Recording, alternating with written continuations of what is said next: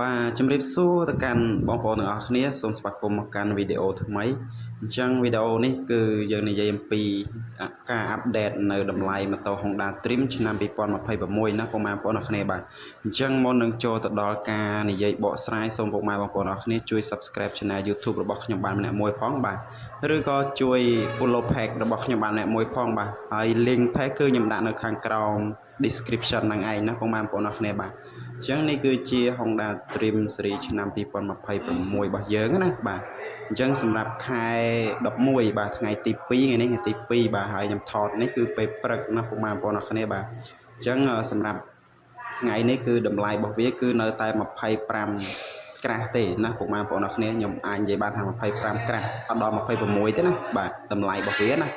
ហើយសម្រាប់តម្លៃម៉ូតូបើសិនជាមានការប្រែប្រួលអីយ៉ាងណា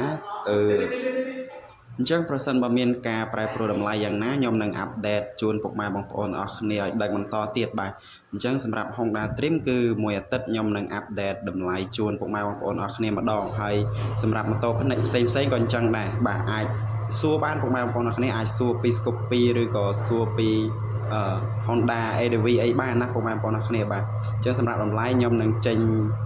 ផ្សាយជូនពុកម៉ែបងប្អូនអស់គ្នាអាប់ដេតមួយអាទិត្យម្ដងបាទអរគុណពុកម៉ែបងប្អូនអរគ្នាសម្រាប់ការចូលទស្សនាហើយកុំភ្លេច Subscribe Channel YouTube ក៏ដូចជា Follow Page របស់ខ្ញុំបានអ្នកមួយផងបាទសូមអរគុណសូមជម្រាបលាតែត្រឹមនេះ